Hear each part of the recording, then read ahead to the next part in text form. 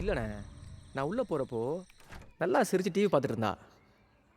ஆனால் என்னை பார்த்ததும் டக்குன்னு நினச்சி உள்ளே போயிட்டா. எனக்கு என்னமோ ஃபோன் அவ்வளோதான் இருக்குன்னு தோணுது. தோணும். ஃபோன் அவகிட்ட கிடச்சிருந்தா, அவன் நோண்டி இருந்தா, நீ தான் எல்லாத்தையும் delete பண்ணியே. delete பண்ண எப்படி எப்படி பார்த்துருப்பா.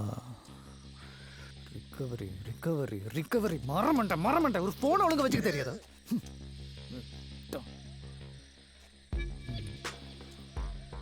ரிகவரி போட்டிருந்தா மொத்த மேட்டரையும் கண்டுபிடிச்சிருப்பான். அப்போ எப்படி சிரிப்பா? அவள் எப்படி சிரிப்பா? அவள் மொத்த மேட்டரையும் கண்டுபிடிச்சிருந்தா